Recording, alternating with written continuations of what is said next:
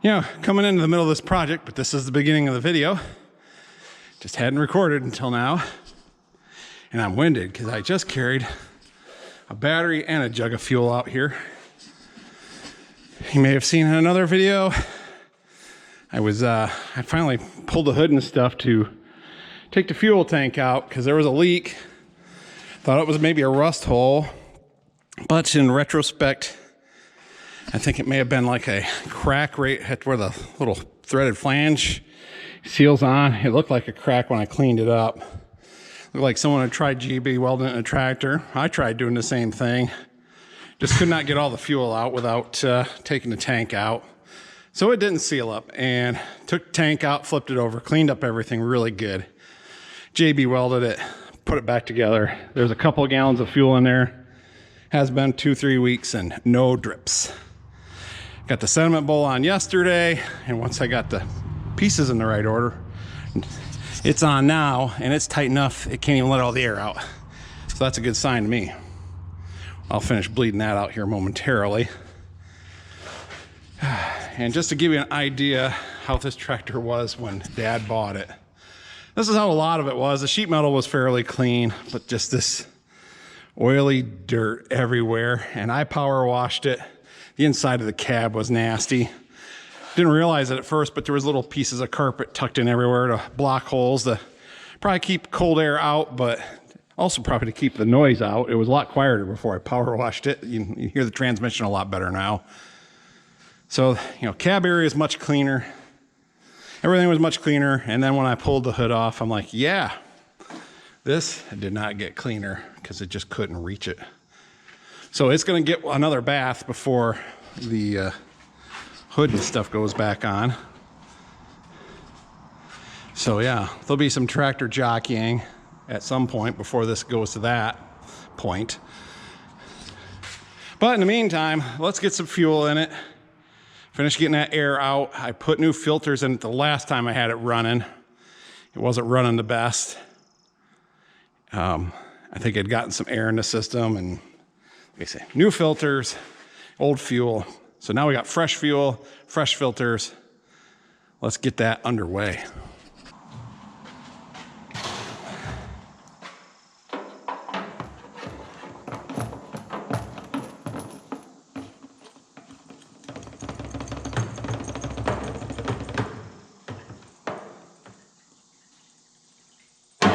I even brought a pet can of General Motors nose candy in case it just needs some little assistance in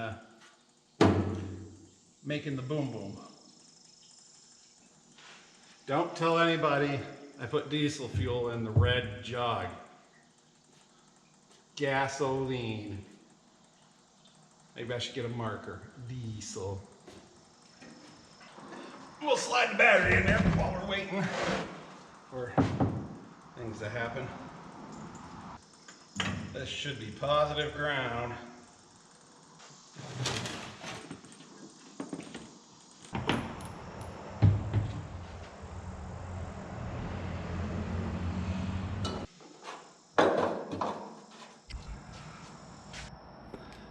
Okay, fuel is in, battery is in, air is out. We're ready to go. Give it a whirl, and I even got a chunk of wood I can reach over and choke off the air remotely if hopefully not needed.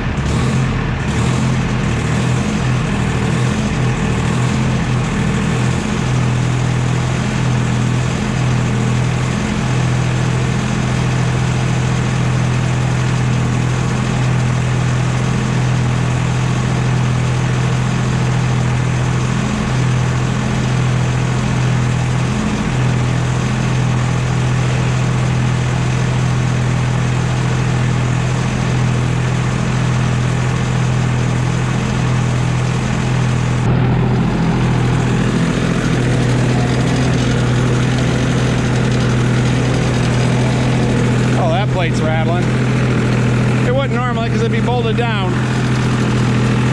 But oil pressure came right up.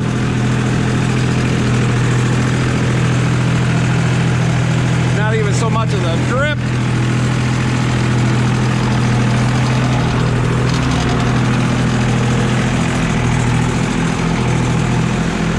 A little bit of smoke, but the filters are full of the old fuel. It hasn't run in a while.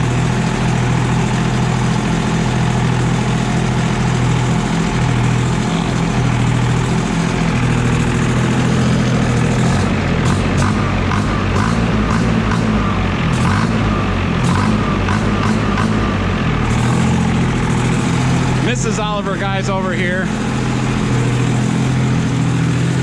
I'm pretty sure that got her excited. Get rid of any mosquitoes we may have had. So yeah, now the next process is going to be digging the poor old thing out of there so I can wash it the rest of the way. But you know, once again, that'll probably be instant for you. Uh-oh, that air getting through there. Kind of acting like it's missing just a little.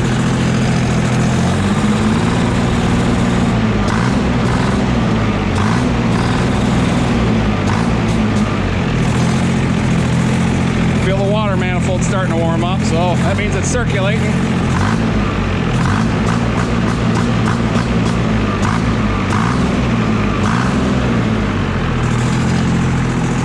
I'm gonna open another door so I got some airflow.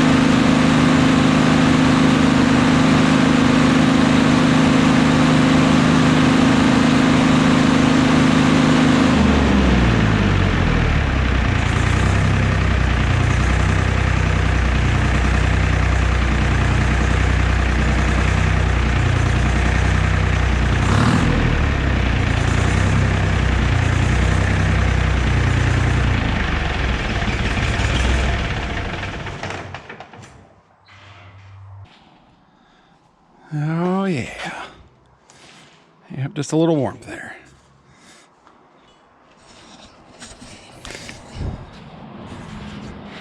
Probably nothing in the oil filter yet. Hadn't run that long. Cool. Well, it is now where it can go and get a bath. So, you know, that'll be probably instantaneous for you. Or maybe this is the end of the video. Will depend. That depends on how I edit things up. The Super 99 was able to be dug out of the barn. And let me get around to this other side here, where it's kind of the same angle as before. You can see it's much cleaner now. And running better too. I put some, what did I put? Seafoam in there? Yeah, I think I put seafoam in this one. One of the things I was noticing, and I've noticed it before, that it doesn't always warm up the best unless you're working it. And the thermostat is right in here. And I could feel some of the heat was going down here on the bypass, which it should all go until the thermostat's open. But some was going through here too. So I would be willing to bet there is no thermostat at all in there. That seems to be a common farmer trick. And that's why I haven't put the hood back on yet, because, well, it's a lot easier to get to. Got on eBay. Actually, I first got on the Oliver parts book, and on the parts for the GM engine, they use the GM part numbers. So plug that in and found a new old stock thermostat. I like that box. That's kind of neat. So new old stock thermostat to put in there. So got to get around and do that. Did I mention things have been a little hectic at the at Losey's Home for Wayward Olivers? It's been a few weeks since the earlier part of the video, but you know, we chug away at things here and we get them done. Sometimes things have to get prioritized. I looked at this upper radiator hose that is now a flex hose. Couldn't find an original. So once again, I got online, found a nice new flex hose, the right length and size. Spent like 40 bucks on that. And then when I was moving some other stuff around, I found where I had one on the shelf. So I guess now I've got a spare. Oh well, live and learn. So that'll be in an upcoming video. I'll change out that thermostat, and then I thought, well, to really make sure it's working right, we'll have to hook it to a plow or something, and maybe I can even get the PTO unit installed. Come around the back here, there's the hood and stuff. But I think the best way to do it is going to be, kind of dark in there, is pull this panel here out of the cab, and that way I can work in there easier to. Should just be a matter of sliding or taking that cover off right there. Oh, you can't see a thing now. There's a cover there. Take that off. I gotta double check and see if there's a gasket that's supposed to go between those. Slide her on in. And then, you know, attach the handle. That's currently where it can come off. And whatnot. Get that baby going. And then maybe it can, you know, run some auger this fall. But right now, that'll have to be a rainy day project. It's getting too close to harvest to be messing with that. There's other stuff to be done. But I just thought I'd do a quick update here on it. And I've got one more update. You saw, if you watched the corn picker video, you knew the slats were bad on the husk bed, or the, where it removes the husks.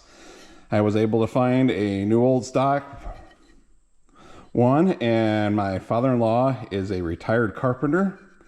He's gonna come get this one and some. I actually have some chunks of white oak left over for when I put a new deck on a trailer, and so he is gonna use this as a pattern and make me a few more. And so maybe it will yet get to harvest some corn yet this fall.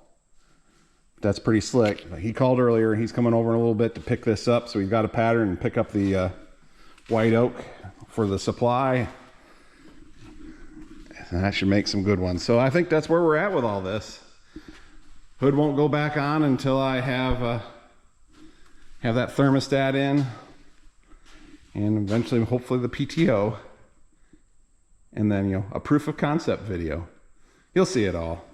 But in the meantime, I appreciate everybody watching, and we will see you in the next one. This is Rue. Rue watches my videos all the way to the end. Rue is a good girl. Be like Rue.